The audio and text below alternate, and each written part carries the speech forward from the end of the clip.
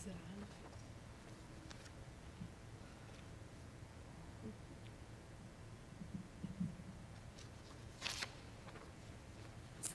Okay. I'm tall. I'll just leave it. Welcome, everyone. Thank you for coming, joining us today. And thanks for caring enough to come.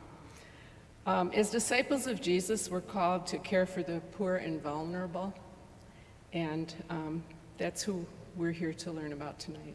I'd like to open with a Thanksgiving prayer. It seems appropriate since it's just 2 weeks away, kind of the season of giving. So I'll just read that for you. I wanted to tell you that this is going to be live streamed. We found that out after putting the announcement in. So it'll be available to others who couldn't make it. So if you know anyone that's interested in seeing the presentation, they just go to the stjude.org website and click Watch Mass. And then when all the masses open up, one of them will be the presentation. So you can let your family and neighbors and things know, somebody that's interested. Heavenly Creator, in this season of gratitude and abundance, we give you thanks for our many blessings as we pray for all who struggle with hunger, homelessness, and want. Be with them in the dark of night when all hope seems lost. Keep their faith strong as they await relief. Let your goodness flow throughout our hearts and hands as we reach out to one another in the full, true joy of thanksgiving in Christ. Amen. So I'd like to just mention a few things about Courtney. She'll tell you more, but I met Courtney about 8 years ago when I was newly retired and volunteering at Catholic Charities off and on. And she was beginning her career at Catholic Charities at that time. It was kind of funny. And then we haven't seen each other in a long time in between, and all of a sudden, here we are. Right now, she's blessed to share her love and mercy every day as director of Daybreak Shelter. And tonight, she's here to share that love with all of us. Welcome, Courtney.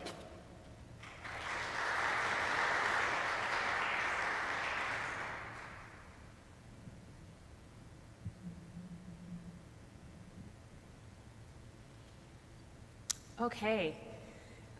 Everybody can hear me okay? I'm coming through? All right, great. So thank you so much, Lori, for inviting me here today. This presentation today kind of came about because I was invited by the diocese to offer a similar presentation that focused on the intersection of homelessness and mental health. And so that took place, I think, in the middle of September, and Lori was present for that presentation, and that led to her inviting me to come here and speak with you guys tonight. So one thing has just kind of led to another. But I am grateful for the opportunity to speak with you tonight. As Lori said, thank you so much for caring enough to come out this evening and learn more about homelessness, about Catholic Charities, about the Daybreak Center. So when I did the first presentation, I was given an hour and a half, and I thought, there's no way that I will fill up that entire hour and a half. Well, when I looked up, I realized that we had about 10 minutes left, and I had about 10 slides left. So I'm hopefully going to pace a little bit better this time and make sure that we have plenty of time at the end for questions and answers, and we'll spend time learning in the meantime. So a little bit about me, as Lori mentioned. I'm the director of Catholic Charities Daybreak Center, which is just up the road here, and our address is 611 East Cass in Joliet. I have been with Catholic Charities now for 8 years. Prior to that, I began my career in homeless services in 1997. And at that time, I was newly graduated from college, and I really had no particular idea of what I wanted to do other than I wanted to do something in a helping profession. I was born and raised in Grand Rapids, Michigan, and I also knew that I wanted to move to the big city. So I would get the Chicago Tribune newspaper, Sunday newspaper from our local Meijer, and read the want ads and type out my resume and cover letter and send them off, hoping for an opportunity for a job in Chicago. Again, in this kind of nebulous helping people realm. So the only place that actually responded to me was a large homeless shelter in downtown Chicago. It had about 300 beds. It's no longer there, but it was called the Chicago Christian Industrial League. And I was hired, I don't know why, I was not qualified, but I was hired to be the intake coordinator there. And that job opportunity really changed my life in the direction of my career. I can only guess that that was God's hand directing me for what his purpose was in my life. So since that time, I have worked for several social service organizations providing services to people who are experiencing homelessness, running housing programs, things like that. I've worked with victims of domestic violence, people with mental illness, substance use disorder. I graduated, the undergrad school that I went to was Albion College, which is a small liberal arts school in Michigan. And after I arrived in Chicago, I completed my master's degree in public service management at DePaul University. So what we're going to be talking about tonight, we're going to talk a little bit about Catholic Charities and the Daybreak Center. We're going to go through some of the history of homelessness and examine it from different historical periods in the United States. Talk about special populations within people experiencing homelessness and some housing treatment options, and again, some time for question and answers at the end. And I also have some pre-formulated questions which I hear from people when they find out that I work with the homeless. I often get these kinds of questions, so I have some time for that also. So for those of you who may not be familiar with Catholic Charities, for the Diocese of Joliet, we have several service divisions: counseling, which provides some school counseling to Catholic schools, as well as individual, group, and couples counseling. Our aging and disability services is rapidly expanding. There are different services provided in the different counties within the diocese, so not all the programs in Will County are replicated in other counties of the diocese, but those programs consist of things like senior companions, money management, case management, adult protective services, etc.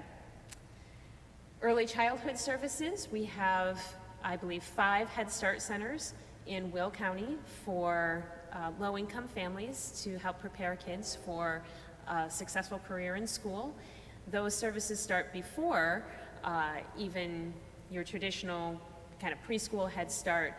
We have programs for expectant moms, doula services, daycare, early Head Start, and just a full range of services to help support families with children in the beginning years of their lives.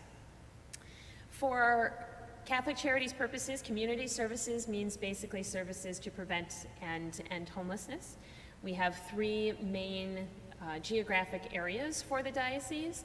We have an office in Downers Grove and a 18-bed shelter in Downers Grove as well. It's called the Kathy Paulson Hope House, and they serve the DuPage area. In the South region, serving Kankakee, Ford, and Iroquois counties, we have an office in Kankakee. And then in Central, we have the Daybreak Center, which serves Will, Kendall, and Grundy counties.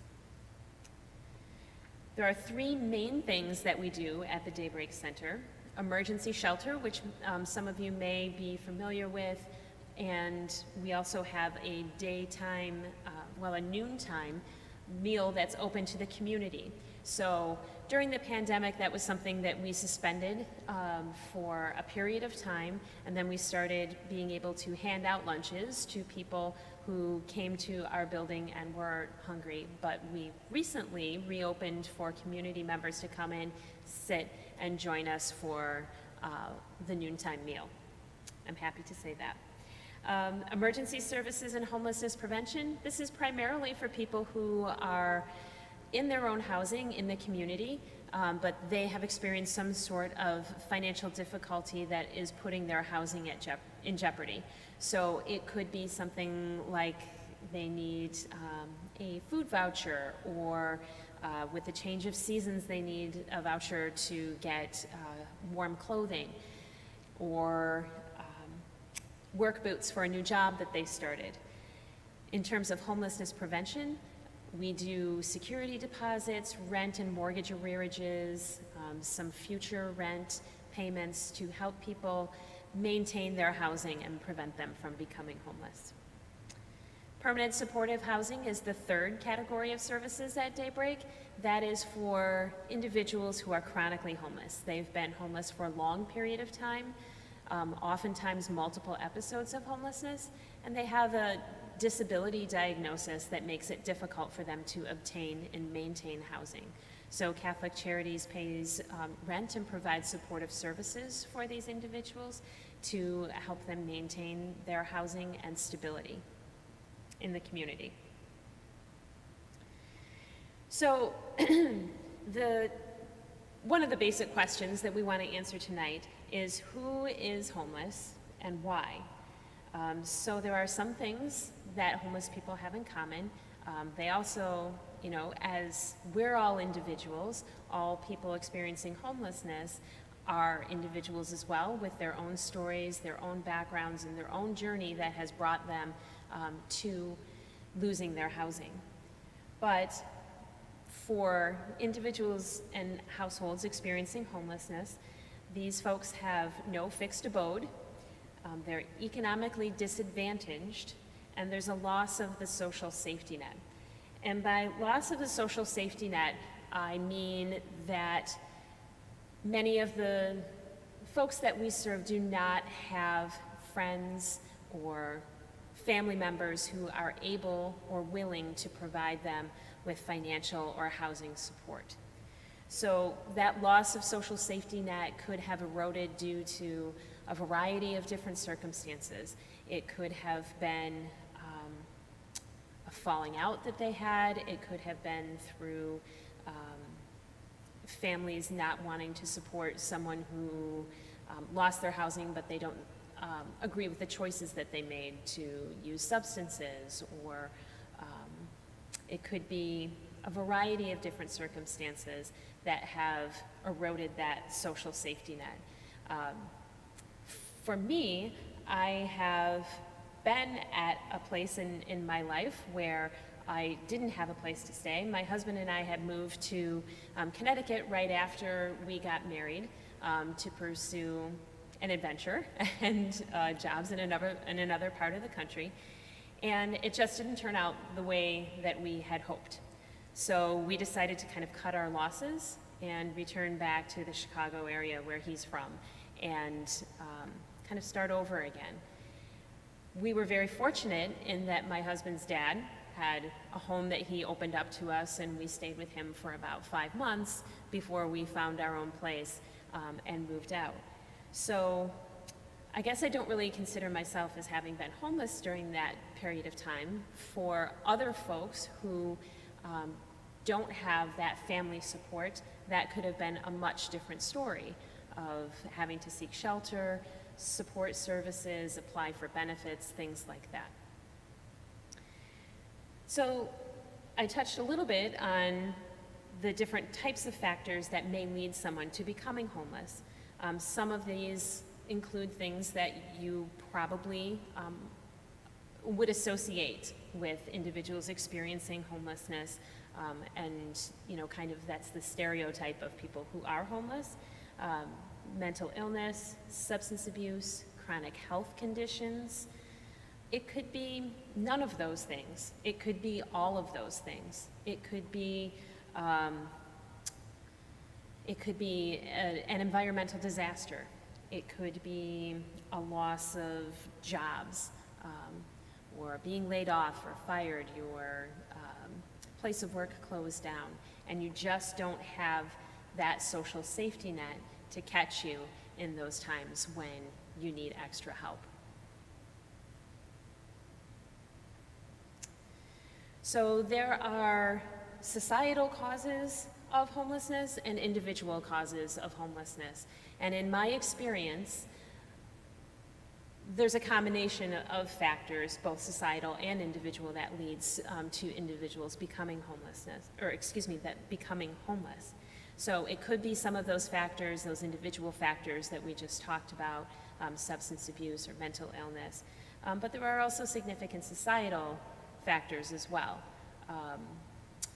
For example, generational poverty, racism, other societal problems that we have exacerbate and contribute to the homeless experience for many people.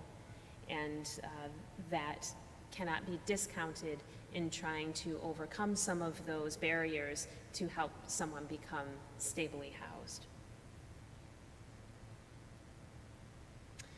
So in the United States, we can see about 5 different periods of homelessness. And during those times, people didn't necessarily think of someone as being homeless the way that we would today.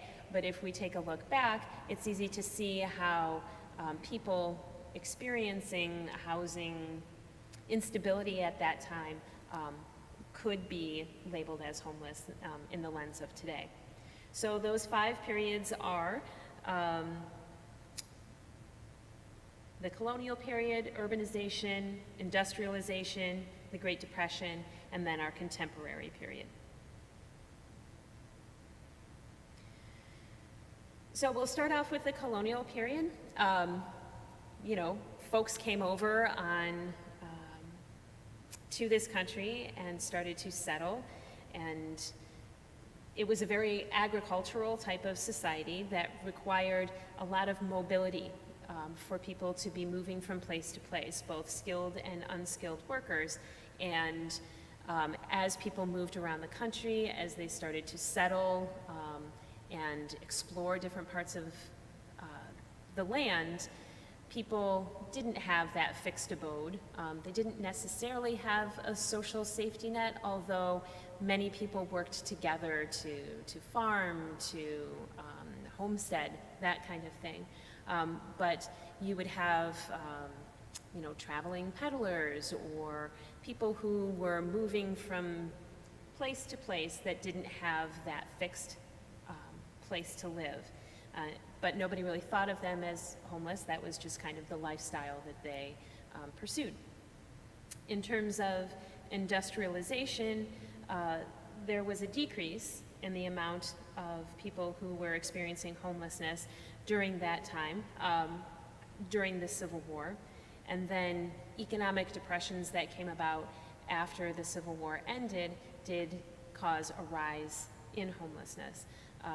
Many soldiers who had fought in the Civil War experienced trauma, and that was not a recognized kind of affliction for people. There was not really mental health treatment, obviously, in the way that we know it today. So people who had been to war, who suffered from the horrors of war, may not have been able to come back and reintegrate into society in the same way and with their families. And that led to people experiencing homelessness during that period of time. In the late 1800s, early 1900s, there was a lot of immigration that occurred to the United States. And when people came to the United States, they didn't necessarily have housing ready for them. So many people were in very overcrowded situations, were sleeping wherever they could find a space. And we didn't then recognize that as homelessness really either, right? It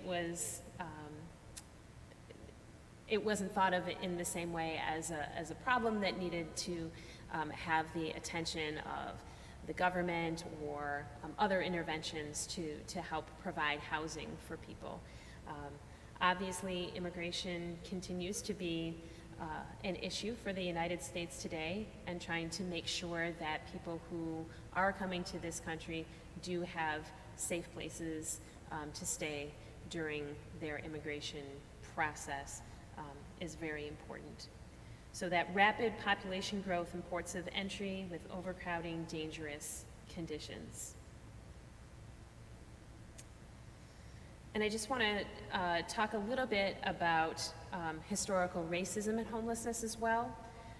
So after the end of the Civil War, there were a lot of promises made to African Americans who were freed slaves about the assistance that they would receive in terms of land and resources and things like that, that did not come to pass for most of those freed slaves. So there were periods of migration, but there was a sense that, okay, we've freed the slaves, we don't need to do anything else to help them establish their lives moving forward.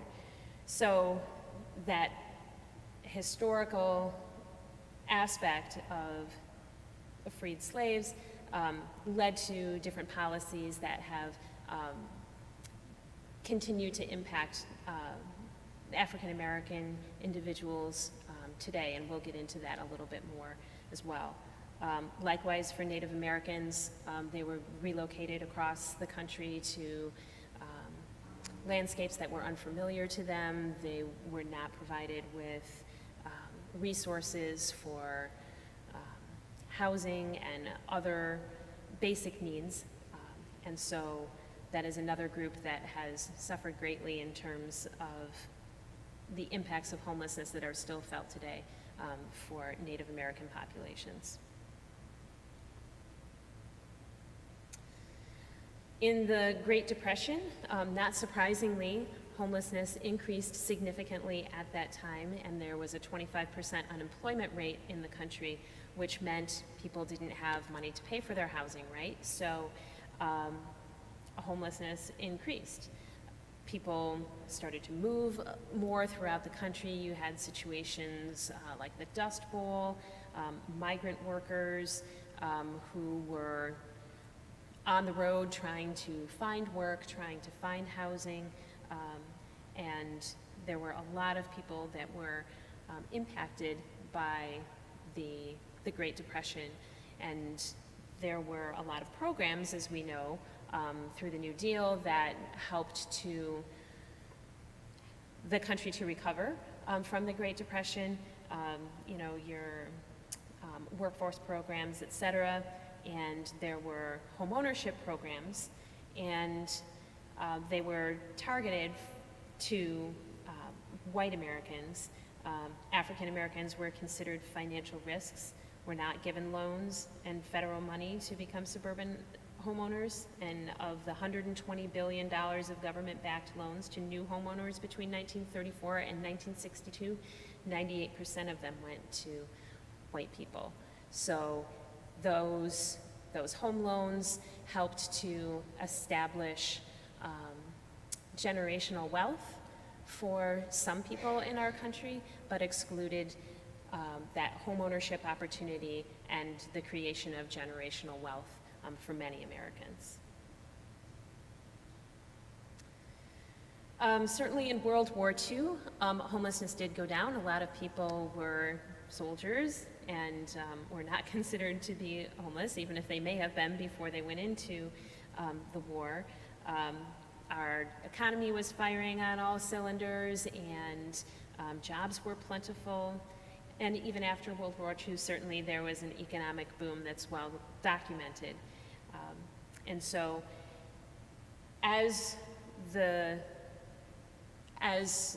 we moved from that kind of baby boom, post-World War II era into the 60s, the 70s, homelessness started to increase significantly in the United States, and it started to become a political topic, really, probably for the first time. And it was estimated at that time that between 200,000 and 500,000 Americans were homeless. Moving into the 1980s and 1990s, the safety net programs that had been established by the New Deal and the Great Depression recovery started to erode. Between 1980 and 1983 alone, $140 billion in domestic spending was cut. HUD, which is the United States Housing and Urban Development, unemployment, disability, food stamps, and family welfare programs all received cuts during that time. And there was significant political pressure to trim budgets, to reform welfare. There were concerns that people were taking advantage of welfare programs and not working and just relying on the government. What those cuts did not take into account were some of the factors that we talked about in terms of the institutionalized racism and other societal impacts that were eroding that social safety net and that housing for people. During this time, also, public housing was demolished in large numbers. I remember as a child coming to visit Chicago often. We had family who lived in Chicago, and so we would drive up the Dan Ryan, and I remember all of the housing projects, the Robert Taylor homes and others that just kind of lined the Dan Ryan as you would drive north. And not living here at the time, it was shocking to me when one day we, on our drive-in, just didn't see them anymore. They were just gone. And while certainly conditions within public housing had deteriorated significantly over the years, and many problems of crime and poverty and other problems, upkeep, maintenance, etc., for those housing projects necessitated big changes for trying to provide people with safe housing. But the problem is that those units were not replaced with other affordable units that people could move into and keep their families housed and safe. So that is an impact that we see not only in the Chicago area, but throughout the country as well, where public housing developments have been demolished, but there hasn't been a replacement to the same scale for people who need to find affordable housing.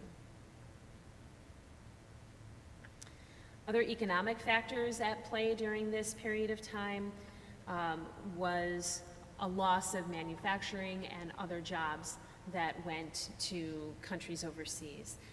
Between January 1981 and January 1986, 10.8 million workers lost their jobs due to plant closures, the abolition of positions or shifts, or slack work. Unions began to lose power and clout, and more service sector jobs make people spend more of their income on the necessities of life, such as healthcare, daycare, etc. So these kind of economic factors have combined to put people closer to the edge of a housing crisis. And when some sort of disaster, one of the factors that we talked about before, strikes, it's easier for people to slip into homelessness, especially when your family members and neighbors and friends are experiencing those same types of hardships, and they wouldn't be able to help you even if they wanted to.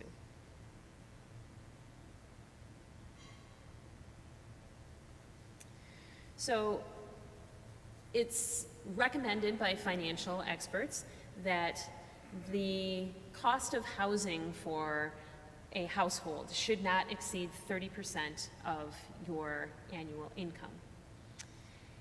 So that means, your rent or mortgage, insurance, whatever costs go into what it takes for you to maintain your housing. However, that is not a reality for most of the individuals that we work with at Catholic Charities who spend 50, 60, sometimes 70% of their monthly income on housing in order to maintain it. There is not enough affordable housing to meet the need for people, and when you're spending that much of your money on housing in order to stay housed, again, an illness, a natural disaster, a job loss can really devastate your budget, put you behind. COVID, so many people had reduced hours, especially at the beginning of the pandemic, that it caused people to fall very far behind in their housing costs and put them at risk for eviction. So between 1973 and 1993, 2.2 million low rent units disappeared from the market, so that kind of goes along with what we were talking about with public housing also. And for having a lack of affordable units to begin with, that loss across the country is still being felt. We in Will County do not have the affordable housing stock that we need, and in fact, the rental market is extremely tight. It's very hard to find apartments in Will County, specifically ones that are not costing you $1,500, $1,600 a month, $2,000 a month, and families just oftentimes don't have the resources to pay that kind of rent. And the county and developers have not invested in building affordable housing units, apartment living in the Will County area in the way that would help to meet the need for the housing demand. Between 1991 and 1995, the median rental cost rose 21%, but wages did not keep pace with that increase in housing cost. HUD stopped building public housing, and as we said, housing projects are being demolished across the United States. Some of those public housing units, it should be noted, have been replaced with housing choice vouchers, which are also known as Section 8 vouchers, but those have their challenges as well. There's many landlords that are unwilling to accept Section 8 vouchers as payment for rent and do discriminate against people who hold those vouchers and prefer not to rent to them. That's something that we experience a lot of as well. So I do have a couple of short videos embedded into the presentation, and I'm going to play one of them now that will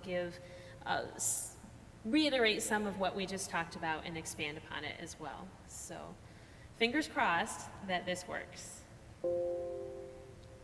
No, it's not, because I'm not connected to the internet. Oh no. Okay.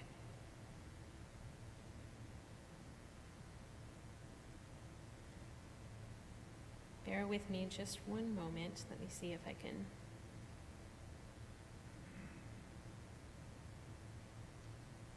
Give this a try.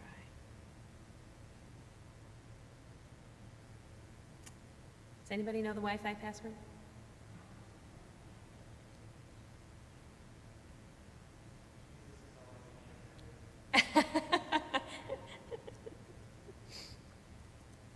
No.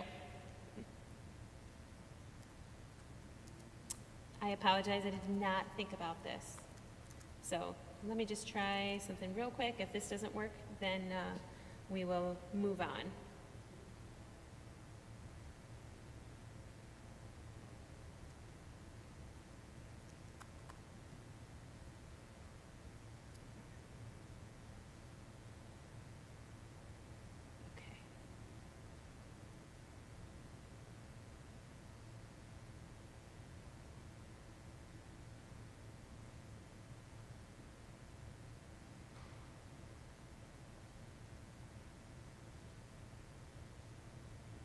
I apologize about that. Yeah. Okay. Perfect. Perfect. Okay. So now I want to talk a little bit about homelessness within special populations, particularly folks experiencing mental illness, substance abuse, domestic violence, homelessness among youth, and seniors as well. I'm not in the slideshow.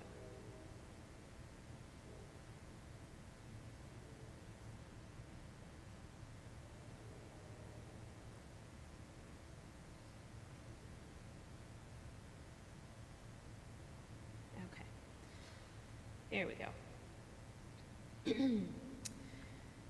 So, in terms of mental illness, just a few stats about the prevalence of mental illness within the entire population of people experiencing homelessness.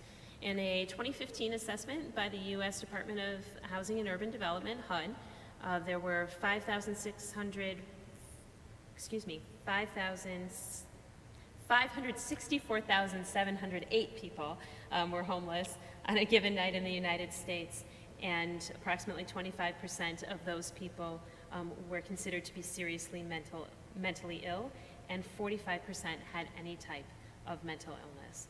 So this could be things like schizophrenia, bipolar disorder, major depression for the seriously mentally ill population, and anxiety disorders, situational depression, etc. A lot of times there is blame placed on the deinstitutionalization of mental health facilities as a rise in homelessness, particularly during the 1980s. This is sometimes a criticism that folks have had for President Reagan at the time, but that's kind of a simplified scapegoat type of response, and really it is a little bit more complicated than that. That deinstitutionalization actually started to take place in the 1960s, and it came from a Supreme Court case that challenged the institutionalization of folks in mental health facilities without an opportunity to leave them, to get out into the community, to live self-determined lives. And so the Supreme Court ruled in favor of people not being confined to institutions. The idea was that people would be released from mental health facilities, but that there would be an increase in community-based services for mental health needs. And there would be clinics and treatment and medications and therapies, et cetera, available to people so that they could live independently in the community. Unfortunately, this first half of the equation occurred with the closing of a lot of mental health institutions, but the second half, with the creation of a strong network of mental health community clinics, did not occur. So because of that, people were left without the resources that they needed to function independently. There were many individuals with mental health needs who became involved with the criminal justice system, not necessarily due to violent crime, but trespassing. When you encounter somebody who's having a mental health crisis on the street, our response now is to call the police. So oftentimes people get arrested when really what they need is help and treatment. I don't want to say that there is never a situation where someone experiencing mental illness could become violent, but it is not the norm, and statistics show us that that is a small percentage of people. However, with the trespassing, the panhandling, other types of arrests that people experience, they go on a cycle between being jailed, being released, and oftentimes our jails and our prisons become de facto mental health providers, and we'll talk a little bit more about that in just a minute. So inmates would receive treatment in jail, but once they were released, they didn't have that same access to treatment without the community clinics in the outside world. And so, again, that cycle of incarceration, treatment, improvement continues even today. So there are statistics, particularly about the Cook County Jail, that have been publicized in the news, and how it is the largest mental health provider within the area. And I do have some statistics and more information related to that. Half of the prisoners at the Cook County Jail have some mental health concerns, and about 10 to 15% of them suffer from serious mental illness. On any given day, between 25 and 30% of the individuals in custody at Cook County Jail suffer from mental illness. And between 2009 and 2012, Illinois slashed $113.7 million from its budget for mental health services, causing at least 2 state-operated inpatient facilities and 6 Chicago clinics to close. So this, is just more evidence of what we've been talking about. That includes the Tinley Park Mental Health Center, just a short ways up the road on I-80. So with fewer services available, more people struggling with psychosis have been pushed into the streets, and many of those who are now housed in the jail were brought in on charges of nonviolent crime.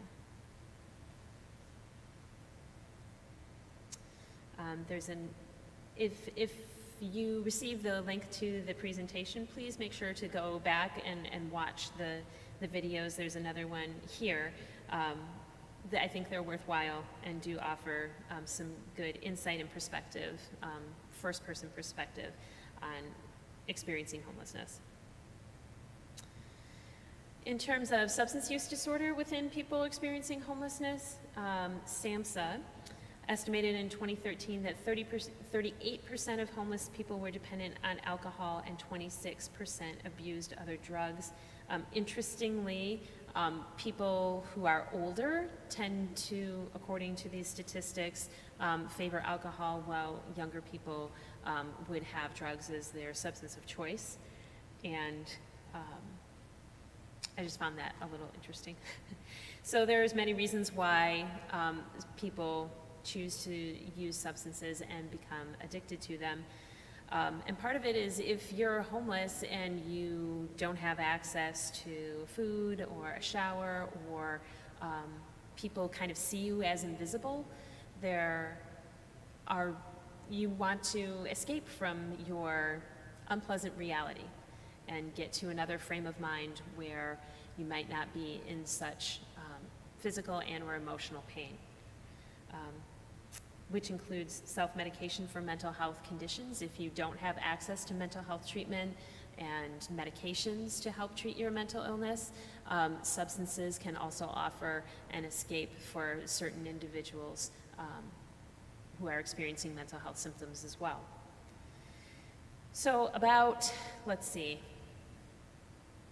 maybe 15 years ago or so, there was a new treatment modality for homelessness that started in, I believe, New York City, called harm reduction. And basically, the idea of harm reduction is people who are experiencing homelessness and using substances, but also mental health as well. It's pretty unrealistic to ask somebody who doesn't have access to a bathroom, who doesn't know where their next meal is coming from, who doesn't have a place to sleep tonight other than, a cardboard box underneath the bridge, to decide, I'm going to stop using drugs or drinking for all of the reasons why people are using them in the first place, and expect them to have the support to become abstinent from substances as a condition of them getting housing. So do all these things on your own, without treatment, on the street, without knowing where your next meal is coming from. And once you do that, then we'll find housing for you.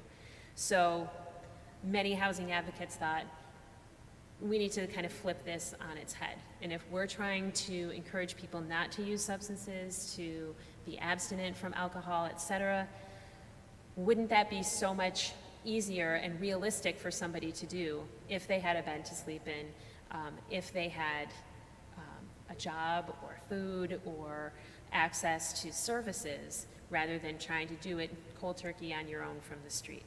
So that's where this move towards harm reduction came in, and HUD started to fund programs to encourage homeless service providers to accept people into their programs, their housing programs, who may be using substances, who may have untreated mental illness, but then to engage them and wrap around services to help them move towards treatment, to move towards sobriety, so that they have the stability to maintain that housing long term.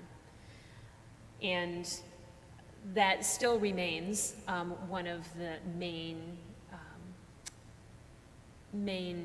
service modalities for homeless housing today, and is pretty much a requirement for organizations that receive government grants and funding to provide services to people experiencing homelessness. So that's what harm reduction is. In terms of domestic violence, certainly there's a link between people experiencing homelessness and domestic violence. Just in terms of prevalence of domestic violence, approximately 1 out of every 4 women will experience domestic violence in her lifetime, and 1.3 million women are victims of domestic violence each year. I don't want to say that all victims of domestic violence are women. Certainly men can be victims of domestic violence as well, but we do know that the majority of people experiencing domestic violence are women. 63% of homeless women have experienced domestic violence in their adult lives. So if it's 25% of the general population of women, 63% for homeless women is a significant jump. And there's a lot of reasons for that.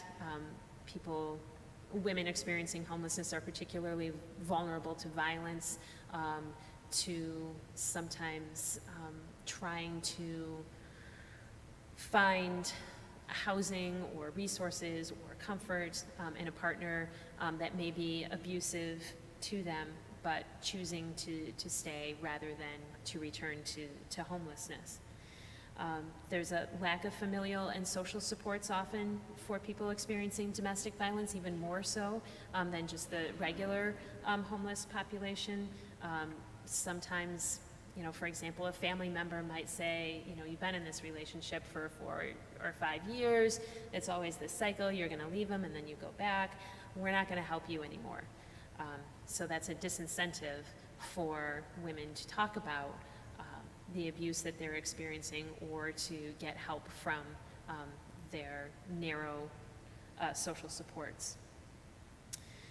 Many women and children are forced to choose between abuse at home and homelessness. If you've been isolated by your partner who's very controlling, they've cut off your relationships with family, they won't allow you to work, barely leave the house, your world shrinks to a very small space. And you know that if you leave this environment, you don't have a job to pay rent, you don't have anybody to go to because you've been isolated from all of these relationships over the years, and that's a real control technique that abusers use to keep their victims around. So contemplating, at least I have a home here for myself and my children, I have a place to stay, versus if I leave, I'd have nothing. There is a network of domestic violence shelters that provides not only shelter, but also counseling and support groups, legal advocacy, medical advocacy, etc., for people experiencing domestic violence. And at Daybreak Center, we often work hand in hand with Guardian Angel, which is the closest domestic violence agency to us in Joliet.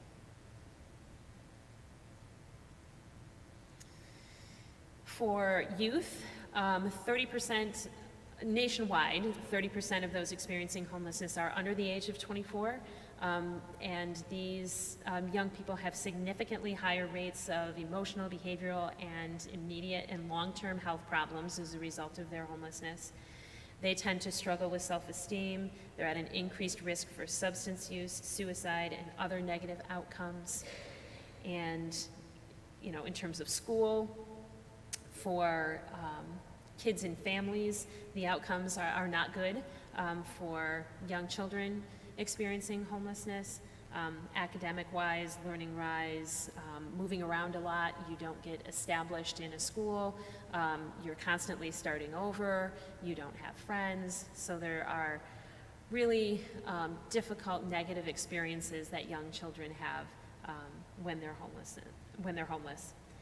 4 out of 5 kids who are experiencing homelessness have been exposed to at least one serious violent event by the age of 12, which can have lifelong trauma and psychological ramifications.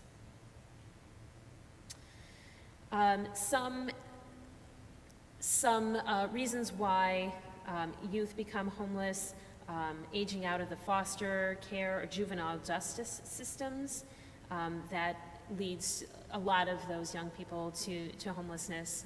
They've not been prepared, they don't have the family support to make that transition from an institutional setting into a job and independence, maintaining their own housing. There was a report about homeless youth in America where 1 in 10 young adults aged 18 to 25 and 1 in 30 younger kids experienced homelessness unaccompanied, meaning they weren't with their parent or guardian over the course of a year. Certainly parenting teens experiencing homelessness face their own unique challenges. They don't know how to be parents in general. They probably didn't have great relationships with their own parents or role models for how to parent babies and young children, and struggle economically as well with finding jobs and daycare and those kinds of things as well. LGBTQ youth disproportionately experience homelessness if they're rejected by their families and by their social networks.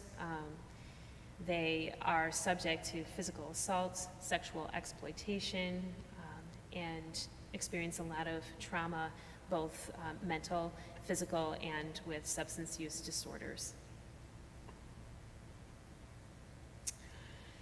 All right, it's 7:55. We're moving pretty well. Are we done at 8 o'clock, or do we have a little bit more time than that?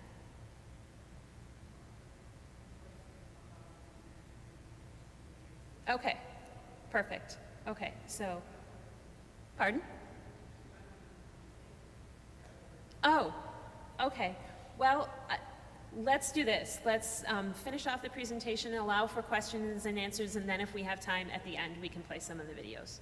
Okay. One of the biggest groups that is increasing in population among those experiencing homelessness is seniors, which is, kind of surprising on the surface, but if you look a little bit deeper into it, you can see reasons why. There are a lot of people who are ineligible for Medicare. They may have poor physical health, and for people who have spent many years on the streets, their physical health is comparable to someone who is 10 to 15 years older than they are. They may look older, they have illnesses and health conditions that are associated with people that are older than their chronological age. 44% of older homeless adults have never been homeless before the age of 50, so it's something new to them. And they are not savvy about navigating pathways for assistance, and oftentimes are kind of hidden, sometimes living in substandard or condemned kind of housing. And there's a lot of fear within that population of reaching out, of going to a shelter. They are afraid of violence or confrontations or that sort of thing if they go to shelters. For people who are receiving SSI, which is supplemental security income, it's a disability payment. The monthly payment in 2021 is $794. So for people who are unable to work and that is their only source of income, that amount is not going to pay for rent and medications and living expenses, etc. For every one occupied unit of affordable elderly housing nationwide, there are 9 seniors who are waiting on a waiting list for affordable housing. Catholic Charities started an affordable housing development for seniors called St. Elizabeth's Place in Shanahan a few years back, and the waiting list for it just continues to grow. And so there's definitely a need for building more affordable housing for seniors that is, rent is charged as a percentage of income versus at a flat rate. So we talked a lot about different populations of people experiencing homelessness and statistics for nationwide or, certain geographic areas. And I just wanted to share with you what we see at the Daybreak Center. So in FY21, 24% of our shelter residents reported mental illness, so that's kind of right on par with the national average of about 25%. 12% of shelter residents reported substance abuse, and bear in mind this is self-report, so the numbers may be higher than what people are willing to report and admit to. 15% of our residents reported domestic violence. 16% of our shelter residents were 18 and under, and 10% were 60 and older. So we are seeing all of these populations locally in our homeless community and at Daybreak. So we talked a lot about the historical parts of homelessness, subpopulations of homeless people, but what can we do to help? What works? What is the solution to this problem? And, kind of the obvious solution is housing for solving homelessness, but it's not quite that easy, right? One thing that we want to do is divert people from coming into shelter if possible. So there's a lot of trauma that goes on with people who are who become homeless.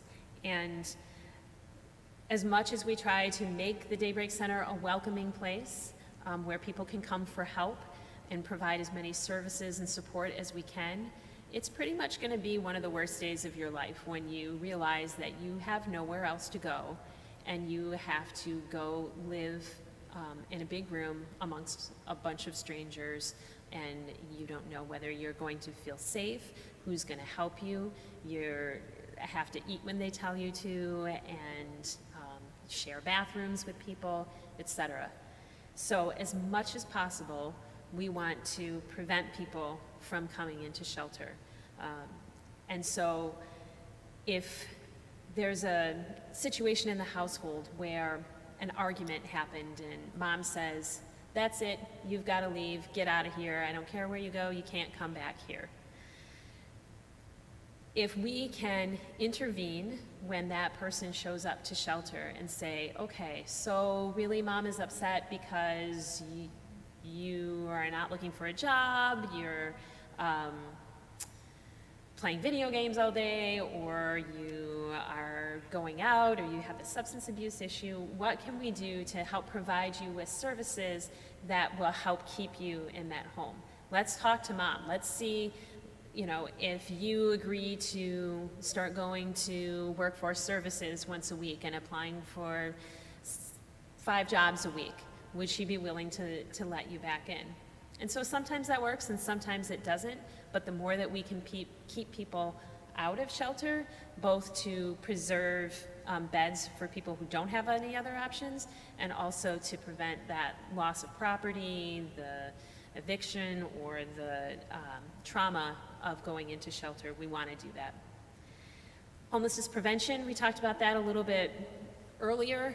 People who've fallen behind or their rent or mortgage, we're often getting calls from people currently who due to COVID are behind 5 months, 6 months, 12 months on their rent.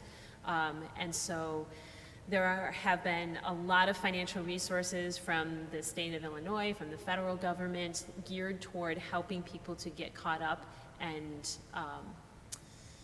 pay their rent and mortgage arrearages and not have to be evicted or foreclosed upon and lose their housing, and kind of experience that domino effect of your credit being destroyed, and evictions and judgments on your record, and losing all your possessions, and having to move, and all of that that goes along with eviction and foreclosure. We do provide emergency shelter at Daybreak. COVID did impact us significantly. Our capacity was 120 beds prior to COVID, and we are now at 56 beds. That is because we have installed barriers between the beds in the shelter to cut down on the possible transmission of COVID germs, and so that is certainly a loss of capacity that is impacting our ability to help all the people who may need emergency shelter. However, I will say that it does have somewhat of a silver lining in that before we were just a sea of mats on the floor in a big room, and now each individual has their own space.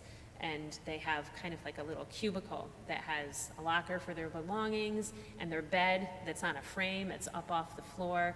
The number of conflicts and fights and arguments that we have experienced from our guests have gone down significantly as a result of allowing people to have a little bit of ownership and dignity over their space and their environment. We don't intend to go back to the previous model, but we are looking for ways to increase the capacity of the shelter to meet the demand in the community. Transitional housing, this is a short and rapid rehousing. They're both shorter term housing support programs where people have apartments in the community and may receive rental assistance and case management types of services for a limited period of time to help people get back on their feet, and then the idea is they take over their housing costs themselves. Permanent supportive housing, we talked about a little bit at the beginning, for people who are long-term homeless and have disabilities. And then the housing choice vouchers as well, which is a program run through the Housing Authority from HUD, where people get a voucher that they're able to present to a landlord, where the Housing Authority will pay a portion of the rent, and then the tenant pays a portion of the rent as well. There's also project-based vouchers for a certain apartment complex or something, where everybody who's in that complex has the benefit of this housing choice voucher, but it doesn't travel with them if they choose to leave the complex. Okay. Tough questions about homelessness.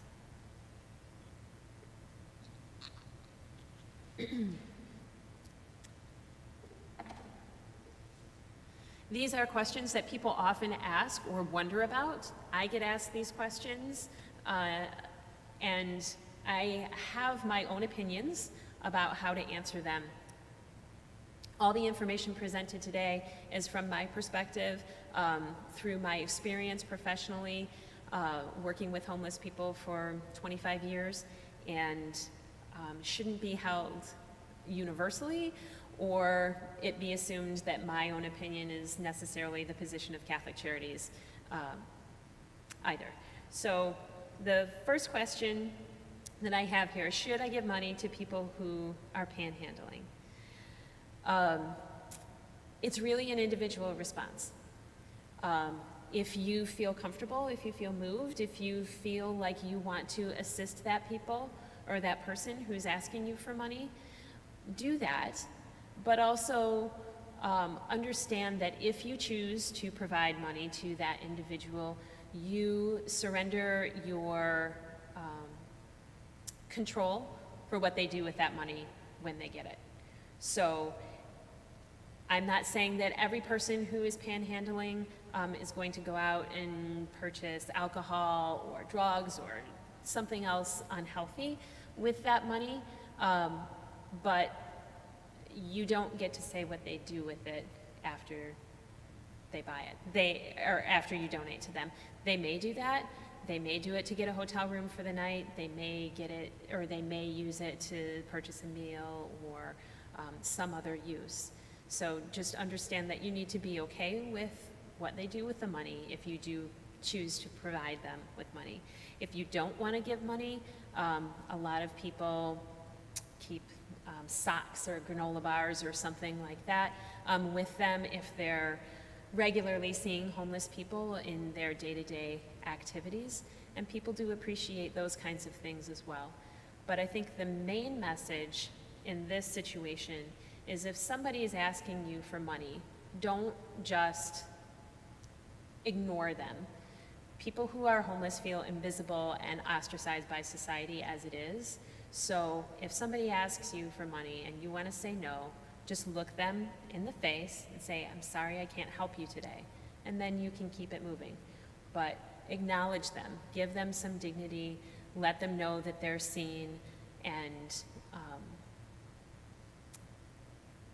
treat them like a person when you decide either to give or not to give. Do people choose to be homeless? It's a complicated question. We work with a lot of people who may stay in encampments in a tent. They've been offered housing opportunities over the years and have declined them.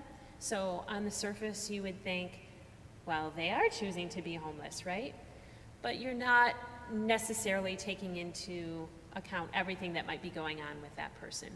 There was one individual that we brought into one of our permanent supportive housing programs who had lived outside for probably 15 years.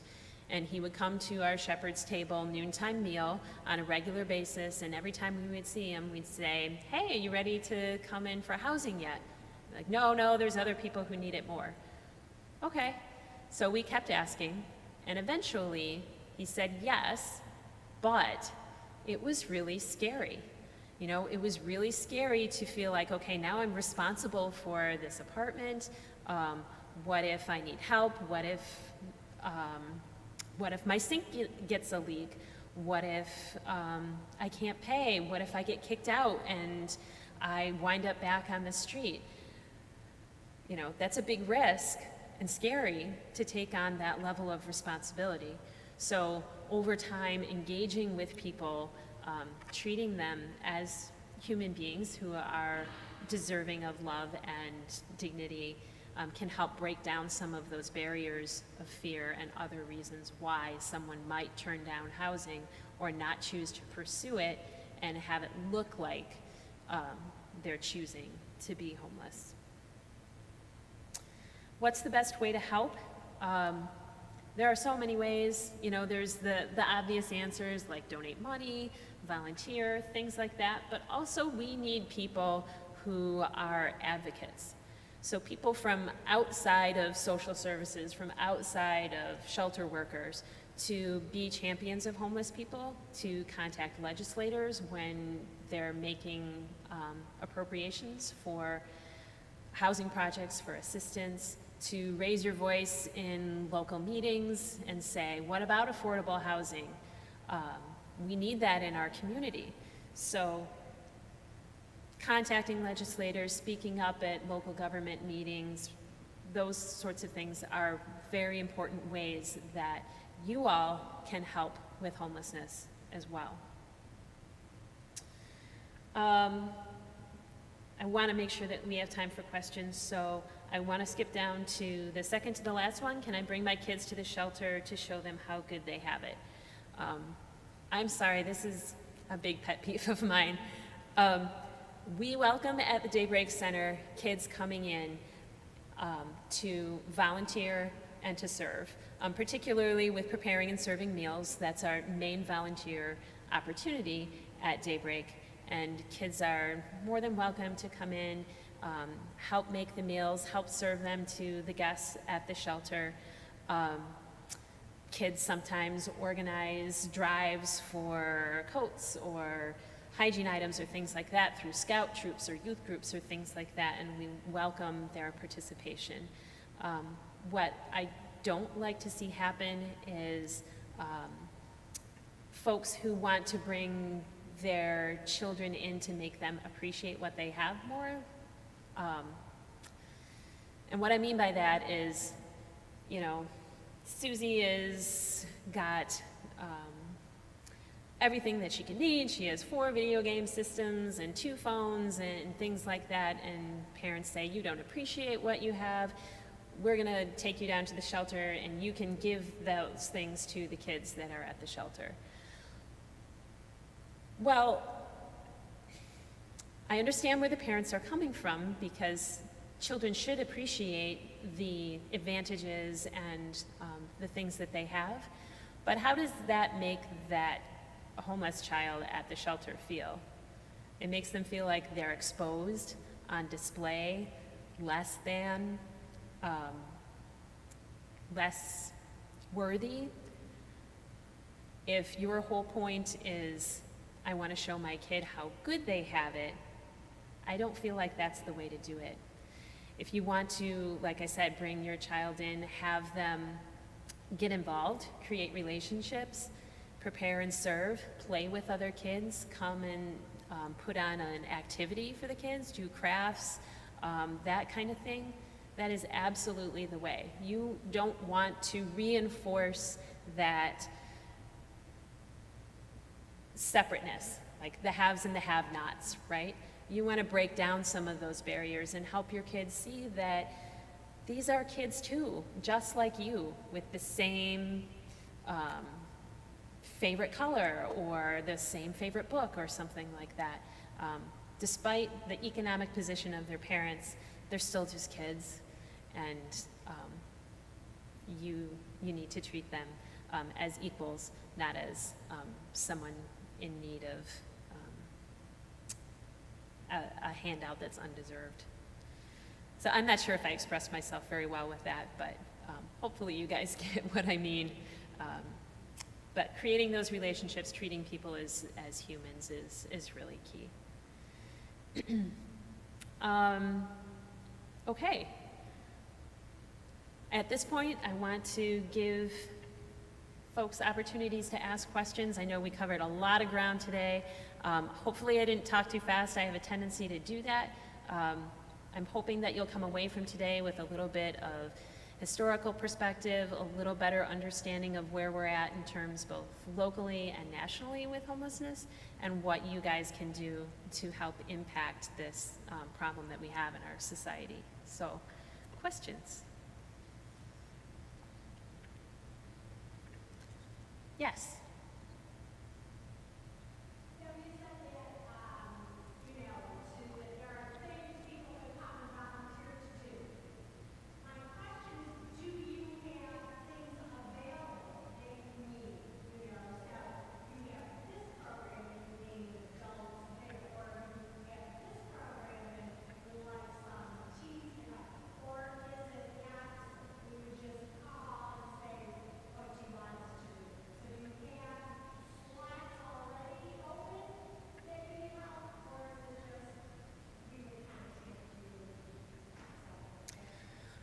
Right, good question. So a little bit of both, right? So if there is a particular interest that somebody has, there are different ways that we can help match your interests and your skills and talents with needs that we may have.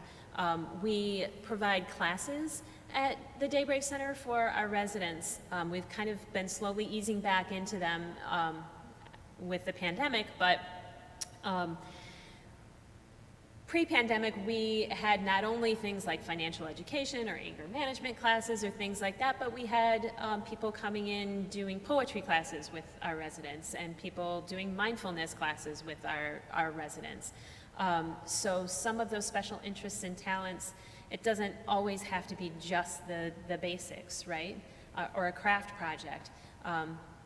Giving people a chance to pursue some leisure and healthy activities outside of just the basics, like I said, is a great opportunity. But in addition to that, so as I said, we rely very heavily on volunteer groups to come in and prepare and serve meals. Many of our volunteers are older and have not felt comfortable coming to the facility, just in terms of COVID type risk and that. We have done a lot of modifications at the facility to increase safety and to decrease the possibility of disease transmission. We have plexiglass that has been put up and everyone's distancing, wearing masks. We do COVID checks with our shelter residents for symptoms and temperature twice a day. So any type of symptom that someone is experiencing is addressed immediately and isolated and disinfected and all of that type of thing. So as much as we can make it a safe environment for people to return and volunteer on site, we are doing that. But all different kinds of groups can come and prepare and serve meals, as well as other opportunities that you've thought of or that you can work with our volunteer coordinator on to come up with something that works for both Daybreak and you, based on your time and talents. Yes?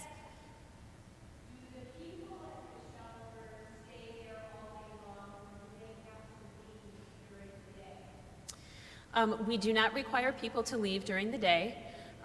If people do choose to stay in the building, we ask them to participate in any type of programming that's going on, classes, meeting with staff, that sort of thing. If they choose not to participate in programming, then we do ask them to spend their time productively out in the community. So after breakfast, they could leave out, come back for lunch, and leave out again, and then return for dinner. We don't require people to leave, but they are given the opportunity to, if they would like. Other questions? Yes?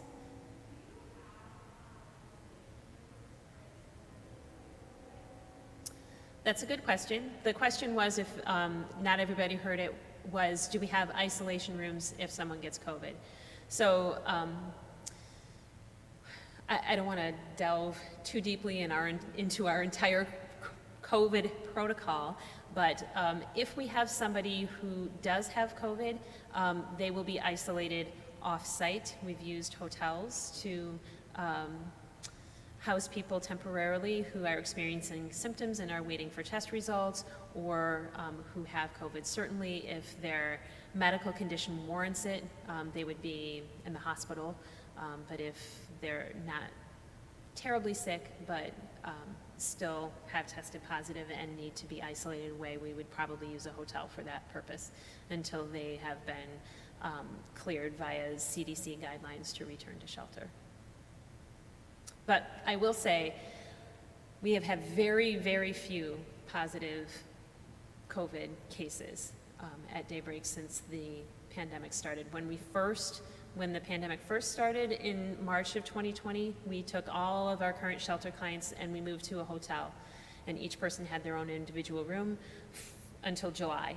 And then we returned to shelter, and in the meantime, we had worked on all of these modifications, transforming the dorms into these individual cubicles, putting up barriers, those kinds of things, reconfiguring some of our office spaces, et cetera.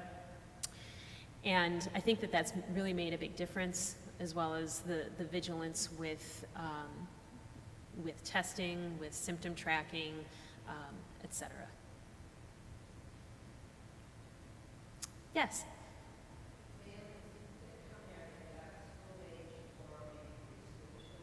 Mm-hmm.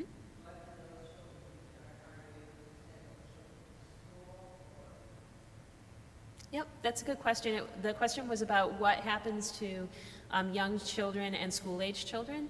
So, as I mentioned, Catholic Charities does have Head Start programming, so we're able to hook up a lot of kids with who are younger than school-aged into the Head Start system so that they are learning, and that frees up time for parents to be able to look for jobs, look for housing, do the other activities that they need to get out of shelter without having to have a child attached to them as well. For school-aged children, there is a law that started in Illinois, but it's now nationwide, where children who are homeless have immediate access to registration in school. They don't have to pay any fees. They don't have to provide the immunization records. They don't have to go through all of the paperwork.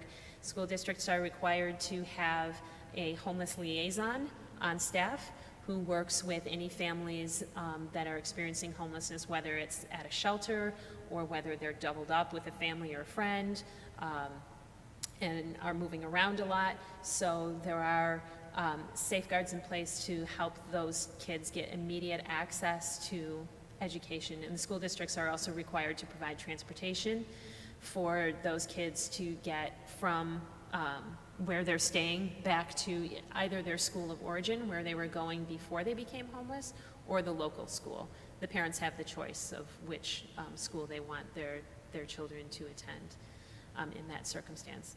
In summers, we often work with the school districts who provide summer type of programming, or Boys and Girls Club that do summer camps, things like that. Good questions, guys. What else?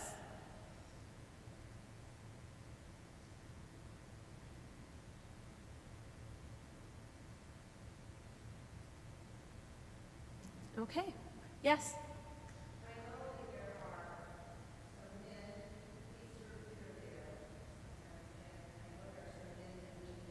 Mm-hmm.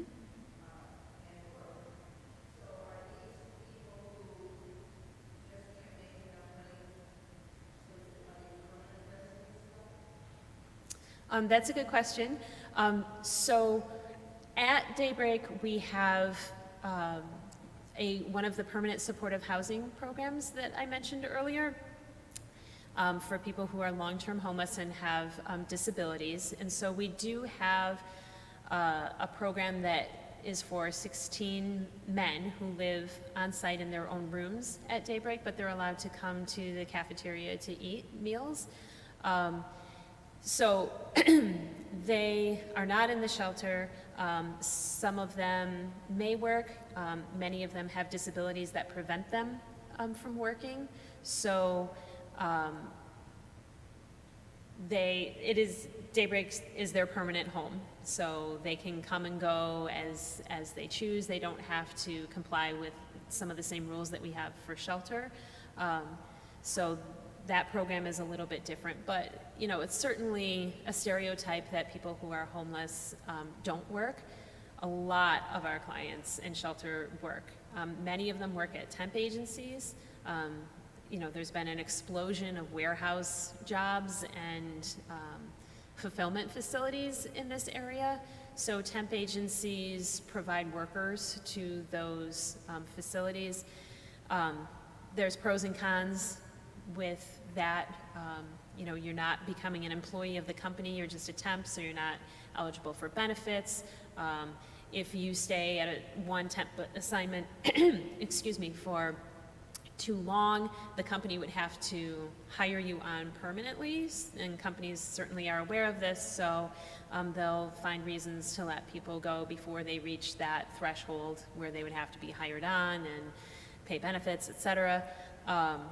But those warehouse jobs through temp agencies do provide people with income that they can use to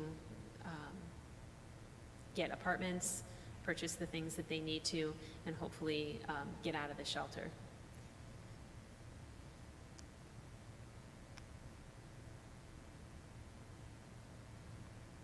Okay. If there are no other questions, I'll hang out for a little while at the back. You guys put together a lovely display board focusing on homelessness, and I brought some materials in case anybody would like them. I have general information about Catholic Charities, more specific information about Daybreak, some of the assistance programs that we offer, and there's a volunteer brochure back there as well. So thank you so much again for the opportunity. I'm really sorry about my lack of preparation for the videos. I just didn't make the connection. But we filled up our time pretty well anyway. So thank you all again. Have a wonderful evening.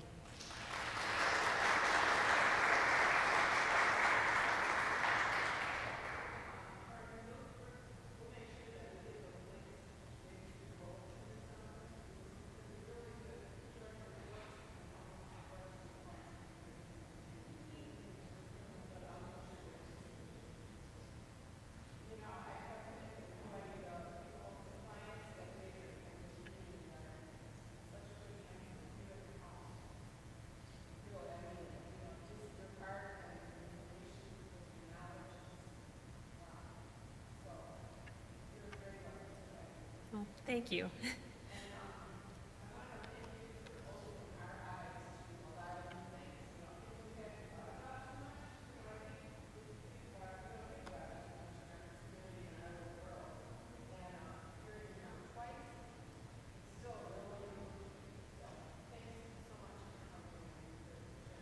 Thank you. It's my pleasure.